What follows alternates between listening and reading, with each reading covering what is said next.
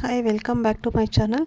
ನಾನಿವತ್ತು ಒಂದು ಚಳಿಗಾಲಕ್ಕೆ ಒಂದು ಹಳೆ ಕಾಲದ ಒಂದು ಸಾಂಬಾರನ್ನ ತೋರಿಸ್ತಾ ಇದ್ದೀನಿ. ಅದೇನು ಅಂತ ನೋಡಿ ನೀವೇ ಗೆಸ್ ಮಾಡಿ. ನಾನು ಅದಕ್ಕೆ ಏನು ತೊಗೊಂಡಿದ್ದೀನಿ ಅಂದರೆ ಹುರಿದಿರೋ ಹುರುಳಿಕಾಳು, ಕೊಬ್ಬರಿ, ಜೀರಿಗೆ, ಹುಣಸೆಹಣ್ಣು, ಸಾಂಬಾರು ಪುಡಿ, ಕೊತ್ತಂಬರಿ ಸೊಪ್ಪು, ಸ್ವಲ್ಪ ಬೆಳ್ಳುಳ್ಳಿ, ಸ್ವಲ್ಪ ಈರುಳ್ಳಿನ ತೊಗೊಳ್ತಾ ಇದ್ದೀನಿ. ಹುರಿದಿರೋ ಹುರುಳಿಕಾಳು ಸ್ವಲ್ಪ ರುಬ್ಬಕ್ಕೆ ತೊಗೊಳ್ತಾ ಇದ್ದೀನಿ, ಸ್ವಲ್ಪ ಒಗ್ಗರಣೆಗೆ ತೊಗೊಳ್ತಾ ಇದ್ದೀನಿ. ಸೊ ಅದನ್ನು ಇದು ಏನು ಸಾಂಬಾರು ಅಂತ ನಿಮ್ಗೆ ಗೊತ್ತಿದ್ದರೆ ಗೆಸ್ ಮಾಡಿ ಹೇಳಿ, ಇಲ್ಲ ಅಂತ ಹೇಳಿದ್ರೆ ಕೊನೆವರೆಗೂ ನೋಡಿ. ಈಗ ನಾನು ಹುರುಳಿಕಾಳು ಸ್ವಲ್ಪ ಹಸಿ ಹುರುಳಿಕಾಳು ತೊಗೊಂಡು ಅದನ್ನು ಹುರಿದ್ಕೊಳ್ತಾ ಇದ್ದೀನಿ. ಅದಾದಮೇಲೆ ಈರುಳ್ಳಿನ ಸ್ವಲ್ಪ ಸಣ್ಣದಾಗಿ ಹಚ್ಚಿಟ್ಕೊಂಡು ಅದಕ್ಕೆ ಸ್ವಲ್ಪ ಎಣ್ಣೆ ಹಾಕ್ಕೊಂಡು ಫ್ರೈ ಮಾಡ್ಕೊಳ್ತೀನಿ. ಜಾಸ್ತಿ ಏನು ಎಣ್ಣೆ ಬೇಕಾಗಿಲ್ಲ ಇದಕ್ಕೆ. ಸ್ವಲ್ಪ ಎಣ್ಣೆ ಹಾಕ್ಕೊಂಡು ಫ್ರೈ ಮಾಡ್ಕೊಳ್ತಾ ಇದ್ದೀನಿ. ಸ್ವಲ್ಪ ಕೆಂಪಕ್ಕಾದರೆ ಸಾಕು, ಜಾಸ್ತಿ ಏನು ಸೀಸೋದು ಬೇಡ ಅಥವಾ ಹಸಿ ಹಸಿ ಆಗೋದು ಬೇಡ. ಹಸಿ ವಾಸನೆ ಹೋಗೋ ತನಕ ನೀಟಾಗಿ ಅದನ್ನ ಫ್ರೈ ಮಾಡ್ಕೊಳ್ತಾ ಇದ್ದೀನಿ.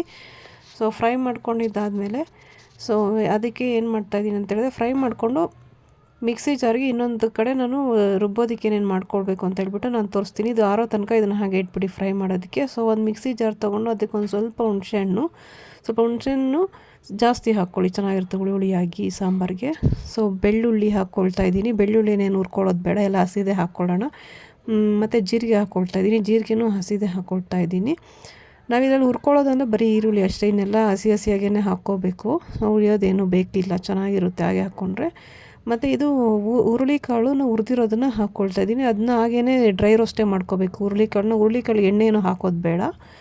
ಅದಾದಮೇಲೆ ಸ್ವಲ್ಪ ಕೊಬ್ಬರಿ ತುರಿದಿರೋದನ್ನ ಹಾಕ್ಕೊಳ್ತಾ ಇದ್ದೀನಿ.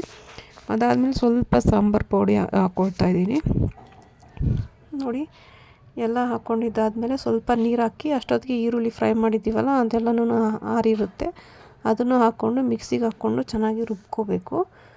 ರುಬ್ಕೊಂಡಿದ್ದಾದಮೇಲೆ ಇದು ರೆಡಿಯಾಗಿರುತ್ತೆ, ಮಸಾಲೆ ರೆಡಿಯಾಗಿರುತ್ತೆ.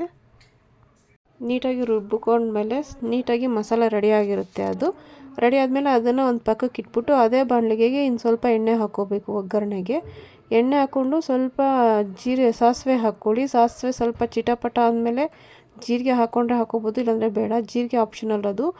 ಜೀರಿಗೆನ ಹಾಕ್ಕೊಳ್ಳೋದಕ್ಕೆ ಹೋಗ್ಬೇಡಿ, ನಾನೇನು ಜೀರಿಗೆ ಹಾಕೋಲ್ಲ, ಬರೀ ಸಾಸಿವೆ ಮಾತ್ರ ಹಾಕ್ಕೊಳ್ತೀನಿ ಅಷ್ಟೇ. ಸಾಸಿವೆ ಸ್ವಲ್ಪ ಚಿಟಪಟ ಅಂತ ಅನ್ನಲಿ. ಯಾವಾಗಲೂ ಅಷ್ಟೇ ಸಾಸಿವೆ ಸ್ವಲ್ಪ ಚಿಟಪಟ ಅನ್ನಬೇಕು, ಇಲ್ಲಾಂದರೆ ಅದು ಫುಡ್ ಪಾಯ್ಸನ್ ಥರ ಆಗಿಬಿಡುತ್ತೆ.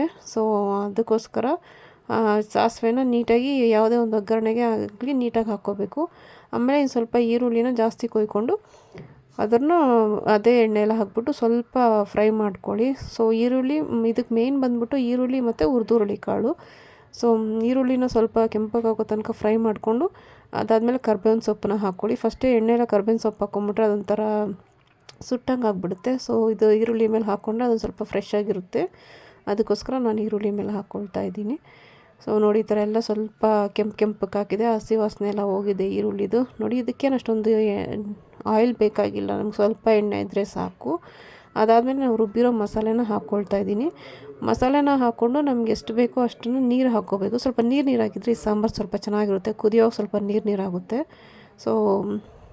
ನೀರೆಲ್ಲ ಎಳ್ಕೊಳ್ಳುತ್ತೆ ಕುದಿಯೋವಾಗ. ಅದಕ್ಕೇ ನಮ್ಗೆ ಎಷ್ಟು ಬೇಕೋ ಅಷ್ಟನ್ನು ನೀರು ನೋಡಿಕೊಂಡು ಸೆಟ್ ಮಾಡ್ಕೋಬೇಕು. ನಾನು ಸ್ವಲ್ಪ ನೀರು ಜಾಸ್ತಿನೇ ಹಾಕ್ಕೊಳ್ತಾ ಇದ್ದೀನಿ, ಸ್ವಲ್ಪ ಚೆನ್ನಾಗಿರಲಿ ಅಂತ ಹೇಳ್ಬಿಟ್ಟು, ಸಾರು ಸ್ವಲ್ಪ ಇದಾಗಲಿ ಅಂತೇಳ್ಬಿಟ್ಟು, ತೆಳುವಾಗಿರಲಿ ಅಂತೇಳ್ಬಿಟ್ಟು. ನೋಡಿ, ನಾನು ಸ್ವಲ್ಪ ನೀರು ಹಾಕ್ಕೊಂಡು ಅದನ್ನು ನೀಟಾಗಿ ಚೆನ್ನಾಗಿ ಕುದಿ ಬರೋ ತನಕ ಕುದಿಬೇಕು. ಅದಕ್ಕೊಂದು ಸ್ವಲ್ಪ ಉಪ್ಪು ಹಾಕ್ಕೊಳ್ಳಿ, ರುಚಿಗೆ ಎಷ್ಟು ಬೇಕೋ ಅಷ್ಟು ಉಪ್ಪು ಹಾಕ್ಕೊಳ್ಳಿ. ಉಪ್ಪು ಹಾಕ್ಕೊಂಡು ಚೆನ್ನಾಗಿ ಹಸಿ ವಾಸನೆ ಹೋಗೋ ತನಕ, ಮಸಾಲೆ ವಾಸನೆ ಹೋಗೋ ತನಕ ಚೆನ್ನಾಗಿ ಕುದಿಸ್ಬೇಕು. ನೋಡಿ, ನಾನು ಚೆನ್ನಾಗಿ ಕುದಿ ಬರಬೇಕು. ಕುದ್ದಿದ್ದಾದಮೇಲೆ ಅದಕ್ಕೇನು ಮಾಡಬೇಕು ಅಂತ ನಾನು ಅದಕ್ಕೆ ಮತ್ತೆ ಇನ್ನೂ ಸ್ವಲ್ಪ ಆ್ಯಡ್ ಮಾಡಬೇಕು ಅಂತ ನೋಡ್ತೀನಿ. ನಿಮ್ಗೇನಾದರೂ ಇದೇನು ಸಾಂಬಾರು ಅಂತ ಗೊತ್ತಾಗಿದ್ದರೆ ನನ್ನ ಕಮೆಂಟ್ ಮೂಲಕ ತಿಳಿಸಿ. ಗೊತ್ತಾಗಲಿಲ್ಲ ಅಂತೇಳಿದ್ರೆ ನಾನೇ ಹೇಳ್ತೀನಿ. ಲಾಸ್ಟ್ವರೆಗೂ ವಿಡಿಯೋ ವಾಚ್ ಮಾಡಿ. ನೋಡಿ, ಚೆನ್ನಾಗಿ ಕುದಿ ಬಂತು. ಸ್ವಲ್ಪ ಇದಕ್ಕೆ ಈರುಳ್ಳಿ ಜಾಸ್ತಿ ಹಾಕಿರೋದ್ರಿಂದ ಬಾಯಿಗೆಲ್ಲ ಸಿಗ್ತಾ ಇರುತ್ತೆ, ತುಂಬಾ ಚೆನ್ನಾಗಿರುತ್ತೆ. ನೋಡಿ, ಇನ್ನೇನು ಇಳಿಸ್ತೀವಿ ಅನ್ನೋ ಟೈಮಲ್ಲಿ ಹುರುಳಿಕಾಳು ಹಾಕಬೇಕು. ಫಸ್ಟ್ ಹಾಕ್ಬಿಟ್ರೆ ಅದು ಹುರುಳಿಕಾಳು ಮೆತ್ತಕ್ಕಾಗ್ಬಿಡುತ್ತೆ.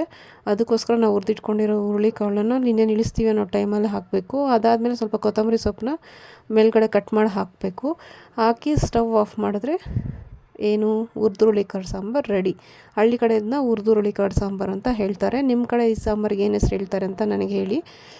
ಮತ್ತು ಇದು ಮಳೆಗಾಲಕ್ಕಂತೂ ತುಂಬಾ ಚೆನ್ನಾಗಿರುತ್ತೆ. ಅಥವಾ ಯಾರಿಗಾದ್ರೂ ಮೈಗೆ ಹುಷಾರಿಲ್ಲ, ಬಾಯಿ ಕೆಟ್ಟೋಗಿದೆ, ಜ್ವರ ಬಂದು ಅಂತ ಹೇಳಿದ್ರೆ ಅಂಥವ್ರಿಗಷ್ಟೇ ಇದನ್ನು ಮಾಡಿಕೊಟ್ರೆ ತುಂಬಾ ಚೆನ್ನಾಗಿರುತ್ತೆ.